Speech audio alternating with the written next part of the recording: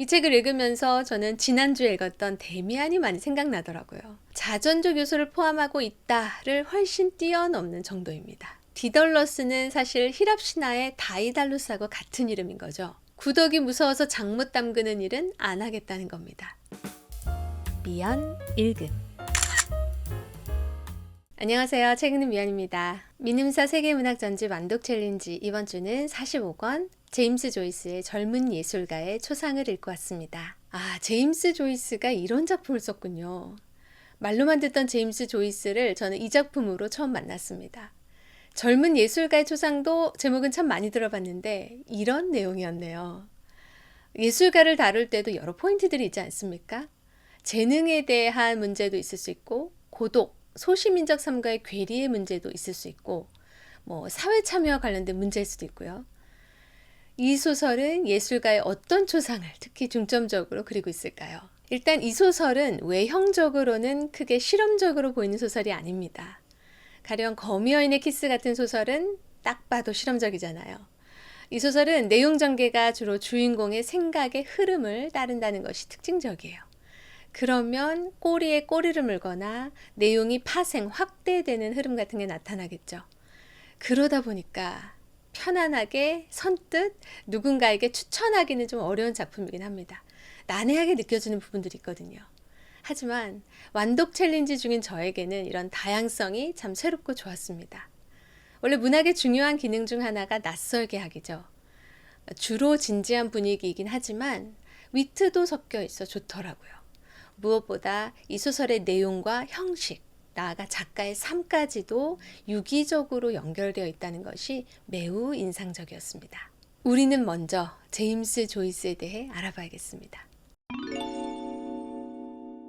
제임스 조이스는 1882년 아일랜드 더블린에서 태어났습니다. 세금 증수원이었던 아버지 존 스테니슬러스 조이스는 가부장적인 데다 성격이 다소 예민하고 불안정한 사람이었다고 합니다. 어머니 메리 제인 머레이는 아이들을 끔찍이 사랑했지만 과보적인 성향이 있었다고 하고요. 무려 15남매를 낳았는데 그중 10명만이 살아남았습니다. 조이스는 그중 장남이었어요. 6살에 가톨릭 예수회가 운영하는 사립기숙학교 클롱고우스 우드 학교에 입학했습니다. 그러나 아버지의 실직으로 가정 형편이 어려워져 계속 그 학교를 다닐 수 없게 되었죠. 조이스는 11살에 역시 예수회 계열인 벨비디어 학교에 수업료 면제생으로 입학하였습니다. 성적이 매우 우수하고 글쓰기에 큰 재능을 보였다고 합니다. 아일랜드 전국 학생 장문 경시대회에서 우수상과 장학금을 받았고요. 성모 마리아 신심 회장으로 선출되기도 했어요. 하지만 알코올 중독에 빠진 아버지의 폭력 속에 신앙으로만 대처하는 어머니를 보고 신앙에 깊은 회의를 갖게 되었다고 합니다. 1898년에 더블린 유니버시티 칼리지에 입학한 조이스는 1902년 현대 어문학 전공으로 학위를 받았습니다. 의학 공부를 하려고 파리로 떠났는데 어머니가 위독하다는 소식을 듣고 귀국할 수밖에 없었어요. 그 무렵 만난 여성이 바로 호텔 종업원으로 일하던 20살 노라 바나클이었습니다. 그녀를 만난 이후 조이스는 고국을 떠나 이탈리아, 프랑스, 스위스 등 유럽 대륙을 돌아다니며 생활했습니다. 그녀와의 사이에는 아들 조지와 딸 루시아를 두었고요. 1931년에 정식으로 결혼했습니다. 이후 더블린에는 주로 소설 출간 교섭을 위해 몇 차례 방문했을 뿐입니다. 더블린과는 참 애증의 관계였던 것 같은데요. 1914년에 출간된 더블린 사람들이 고국에서 큰 논란이 되었죠. 유기적인 15개의 단편으로 구성된 이 소설은 더블린 중산층의 욕망과 환멸을 여러 사람들의 스케치를 통해 묘사한 작품입니다. 당시 더블린 사람들이 이 작품에 거세게 항의했고 삭제 요구와 소송 위협도 있었다고 합니다. 매우 적나라하고 모욕적인 내용도 있었던 모양이에요. 1916년에는 1914년부터 에고이스트지에 연재한 젊은 예술가의 초상을 출간했습니다. 1918년부터는 리틀 리뷰지의 율리시스를 연재했고 우여곡절 끝에 1922년에 파리에서 이 작품을 출간했죠. 왜 우여곡절이냐고요? 율리시스는 처음에 영국과 미국에서 판매 금지 처분을 받았습니다. 외설 논란에 신성 모독 혐의까지 받았거든요.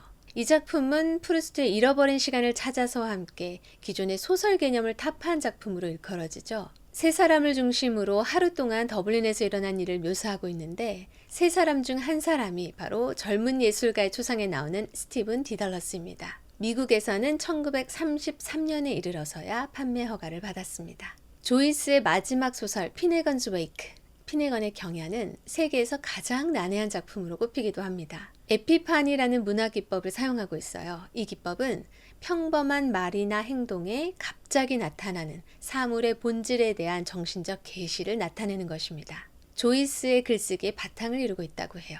말년의 조이스는 안질환과 류머티즘, 관절염으로 고생했습니다. 딸 루시아의 정신분열증을 치료하기 위해 백방으로 노력하기도 했어요. 루시아를 분석했던 심리학자 칼 융은 그녀의 상태를 맥락 없는 말과 관념들을 결합시키는 조이스의 작가적 광증이 만들어낸 것이라고 진단했다고 합니다. 너무 비극적이죠. 술과 무기력증, 우울증, 신경쇠약으로 시달리다가 1941년 12지장 수술 후에 합병증으로 별세하였습니다. 그의 시신은 스위스 취리히에 묻혀 있어요. 민음사 세계문학 전집에서는 45권 젊은 예술가의 초상과 307권 더블린 사람들로 제임스 조이스의 소설을 만날 수 있습니다.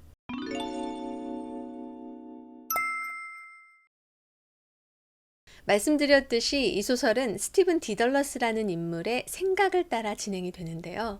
1인칭 나로 지칭되지는 않고 3인칭 그로 표현되는 시점입니다. 생각을 따라간다고는 해도 시간이 뒤죽박죽 막 엉키지는 않고요.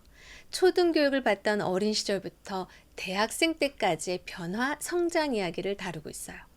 이 책을 읽으면서 저는 지난주에 읽었던 데미안이 많이 생각나더라고요.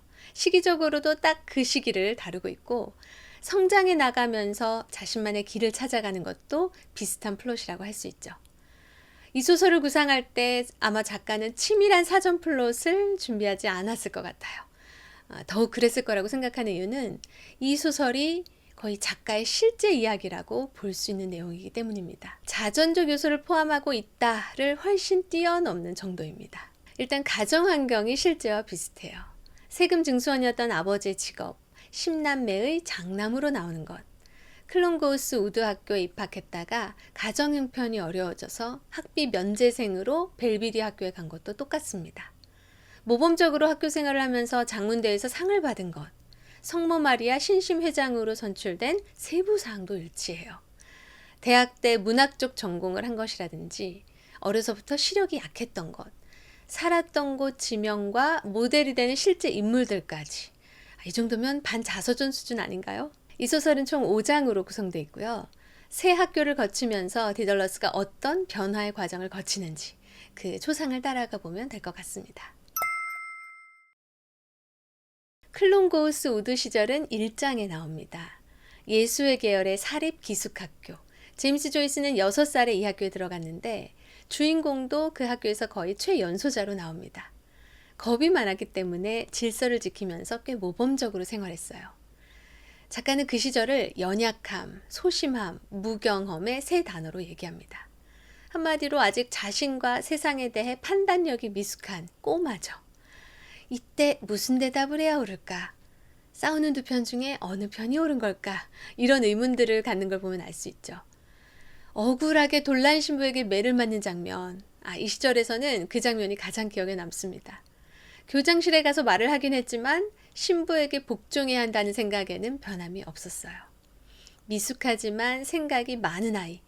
바로 이 시절의 스티븐 디덜러스의 초상입니다. 자, 이 벨비디어 시절이 2, 3, 4장에 걸쳐 나오는 아동기에서 청년으로 이행해가는 바로 그 사이의 시절입니다. 내면에서 파도가 일어나는 경랑의 시절이죠. 디덜러스는 알 수 없는 불만이 차오르는 것을 느끼는데요. 이 시기에 또 중요한 특성이 성적 욕망의 충동을 받기 시작한다는 것입니다. 성장소설을 읽다 보면 이 부분이 인간의 발달 과정에서 정말 중요한 축이라는 것을 보게 돼요. 파티에서 한 소녀를 만나게 되는데 이 소녀를 주인공은 10년 동안이나 마음에 품게 되죠. 학교에서는 여전히 우수한 학생이었습니다. 전국 장문 경시에서 우수상도 타고 성모 마리아 신심 회장으로 선출되기도 하고요. 하지만 거리를 배회하다 얼떨결에 사창가에서 순결을 잃고 나서는 냉소적인 이중 생활을 하게 됩니다. 디덜러스에게는 몇 번의 중요한 계기가 있었는데요. 그 중 하나가 학교에서 맞은 피정 기간이었습니다. 가톨릭에서는 기리는 성인의 추기를 앞두고 이런 기간을 가졌나 봐요. 일정 기간 동안 속세의 걱정에서 물러나 영적 상태에만 집중하는 기간인 거죠. 이 시기에 신부가 했던 설교, 특히 지옥에 대한 설교가 길게 이어지는데 저는 정말 이 책이 예술에 대한 책이 아니라 종교에 대한 책인가 했습니다. 디덜러스가 들은 설교를 우리도 그대로 들으면서 주인공의 심적 변화를 따라가게 되는 거죠. 주인공은 자신이 지은 죄가 너무 크다는 것을 인식하게 되고 두려움과 수치심 가운데 죄를 고해하게 됩니다. 그때 신부에게 자신의 나이를 말하는데 16살이라고 해요. 그때 그 고해 장면에서 인상적이었던 것. 주인공은 수치심과 죄책감에 몸을 덜덜 떨면서 말하는데 신부는 애정 없는 눈빛에 피곤한 목소리였다는 거죠. 어쨌든 디덜러스는 그 후 확실히 변화된 삶, 빛 가운데 있는 삶을 살게 되었습니다. 하지만 어째 좀 불안감이 느껴지지 않으세요? 소설에서 한 젊은이가 타락했다, 회개했다. 그 후에는 어떤 삶이 이어질까? 소설이 거기서 끝나지 않는 한 젊은이는 반드시 또 파도에 휩쓸리는 일이 있으리라는 걸 예감하게 되잖아요. 데미안의 경우에는 싱클레어에게 영향을 주었던 핵심적인 인물들이 있었지만 이 작품에서는 주인공이 뜻밖의 계기에 변화를 맞게 됩니다. 바로 교장 선생님의 제안이 계기가 됐어요. 매년 학교에서 몇 명씩 사제로 부름을 받는데 디덜러스에게 예수회 가입을 제안한 거죠. 눈앞에 닥친 그 제안 앞에서 디덜러스의 본능이 깨어나게 됩니다. 자신은 정해진 의식을 따르는 삶을 살 수 없는 사람인 것을 깨닫게 된 거예요. 이제 마지막 5장, 유니버시티 칼리지 시절의 이야기입니다. 장중에 이 장의 분량이 제일 많고 느낌상 가장 중요한 초상이 그려질 것도 같은데 저는 이 장을 이해하는 게 가장 어렵긴 했습니다. 사실 앞장들은 난해할 거라는 각오를 하고 읽어서 그런지 별로 난해하지는 않았거든요. 주인공은 자기 길을 가기로 선택했고 예술 쪽으로 대학에 진학했습니다. 선생님 또 친구들과의 사이에서 예술론에 대한 대화가 오가기도 하는데요. 이 작품은 참 아까 종교에 대한 사색도 그렇지만 예술에 대한 사색, 민족, 정치, 관습, 언어에 대한 사색들이 꽤 의미 있게 곳곳에 포진되어 있습니다. 제가 이 작품, 특히 마지막 장을 어렵게 느꼈던 이유는 그 각각의 사색에서 주인공이 어떤 입장을 취하고 있는지, 그것들이 주인공에게 어떤 의미가 있는지를 금방 파악하기가 어려웠기 때문이었어요. 결론적으로 제가 이해한 것은 주인공은 자신을 둘러싸고 그의 삶에 영향을 미친 그것들로부터 자유로워지고 싶어 한다는 것입니다. 자신의 상상력과 영감으로 새로운 것을 창조하고 싶다는 것이 그의 욕망이었던 거죠. 여기서 그리스 신화에 나오는 다이달로스를 얘기하지 않을 수 없습니다. 디덜러스는 사실 히랍 신화의 다이달로스하고 같은 이름인 거죠. 작가가 특별히 이 이름을 붙였다는 것에는 의미가 있을 것입니다. 다이달로스는 전설적인 장인인데요. 답답한 크레타 섬을 빠져나가고 싶어 하늘을 쳐다봤던 사람이에요. 그때까지 한 번도 만들어진 적이 없는 것을 궁리하다가 그가 만든 것은 새의 깃을 모아 엮은 날개였습니다. 실과 밀랍으로 깃들을 연결했고 이것을 아들 이카루스에게도 만들어줬죠. 단 하늘과 땅 중간으로만 날아야 한다고 당부했습니다. 아들이 그 말을 잘 들었을까요? 하늘을 나는 기쁨에 도취한 아들은 태양 가까이로 너무 높이 올라갔고 밀랍이 녹는 바람에 바다에 빠지게 되었다는 안타까운 이야기입니다. 디덜러스는 자기를 장인 다이달로스와도 동일시하지만 창공을 난 이카루스와도 동일시합니다. 익숙한 것으로부터 떠나겠다. 부딪혀보고 타락해보고 직접 경험해보겠다는 거예요. 구덕이 무서워서 장 못 담그는 일은 안 하겠다는 겁니다. 이에 대해 비판적인 말을 한 친구도 있었죠. 머케인이란 친구인데요. 디덜러스가 대단하긴 하지만 에타주의라든지 개개인 간의 책임을 외면하고 있다고 꼬집습니다. 그래도 디덜러스는 어쩔 수 없는 거죠. 자신의 본능과 욕구에 충실할 수밖에요. 달과 유펜스에도 이와 비슷한 논쟁이 나오죠. 이 책은 옳고 그름에 대한 의견을 이끌어내는 책이 아닙니다. 정말 이 책의 제목이 맞아요. 예술가적 기질을 가진 한 사람의 초상을 그리고 있습니다. 물론 가톨릭 교회와 사제들, 종교적 전통에 대한 비판적인 시각이 나오기도 하지만 저는 디덜러스가 신을 부정하는 자가 아니라고 생각합니다. 친구 크레니와의 대화를 통해서도 알 수 있어요. 디덜러스가 거부한 것은 형식적인 믿음, 위선적 행위일 뿐입니다. 마지막으로 저는 다른 건 몰라도 이 소설에 진정성이 있다고 생각했는데요. 제임스 조이스가 실제로 그런 삶을 살았기 때문입니다.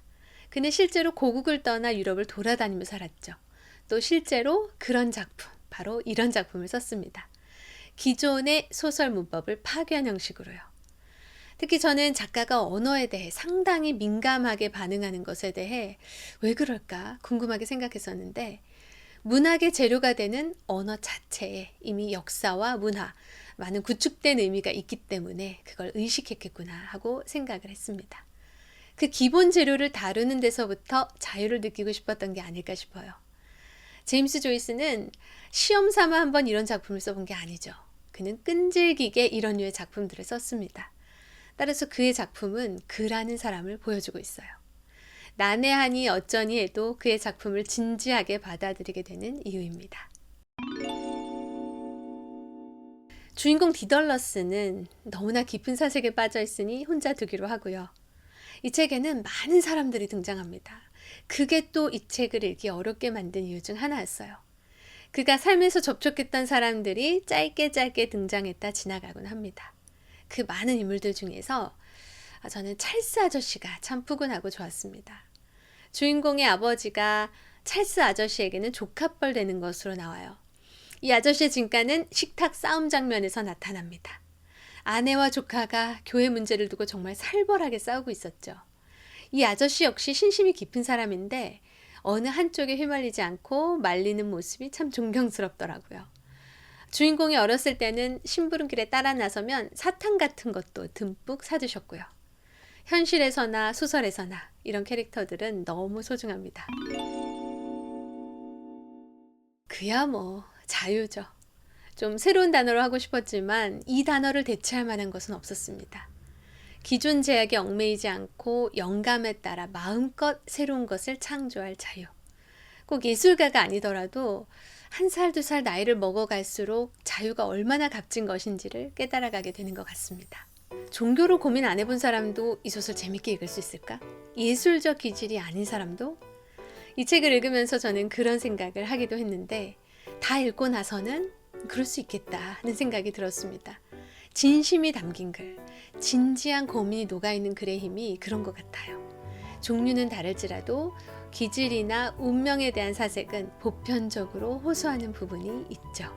다음 소설은 믿고 읽는 조지 오웰의 책입니다. 대놓고 정치적인 글쓰기를 한 작가인데요. 재밌는 우화, 동물농장을 썼던 작가가 전쟁 소설을 어떻게 썼을지 궁금하고 기대됩니다. 며칠 후면 크리스마스입니다. 와, 예수님의 실제 생일이 이날인지는 정확히 모른다고 하지만 크리스마스가 한겨울에, 연말에 있어서 느낌이 더 특별한 것 같습니다. 소중한 사람들과 의미 있고 즐거운 크리스마스 보내시기 바랍니다. 저는 한 주 후 2024년 마지막 일요일에 오겠습니다. 꾸준히 오래 같이 읽어요.